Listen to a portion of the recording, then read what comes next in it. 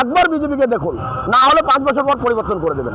আজকের যুব সমাজ চাই পশ্চিমবঙ্গে চাকরি অবশ্যই দরকার, কারণ এই সরকার আসার পর মানুষের বয়সটা খেয়ে নিয়েছে, অনেক ছেলে বেকারের থেকেও বেকার হয়ে গেছে। অবশ্যই পরিবর্তন দরকার আছে, কারণ পশ্চিমবঙ্গে শিল্প বলতে কিছু নেই, বেকারত্বের হার এত, মা বোনেদের আজকে সুরক্ষা নেই।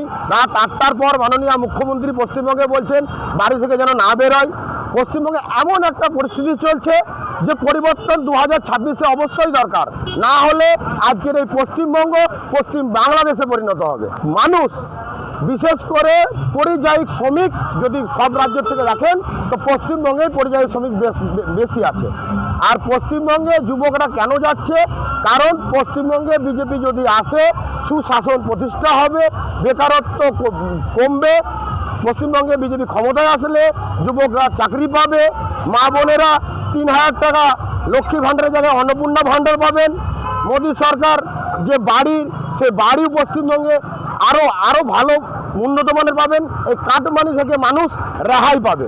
একবার বিজেপিকে দেখুন, না হলে 5 বছর পর পরিবর্তন করে দেবেন।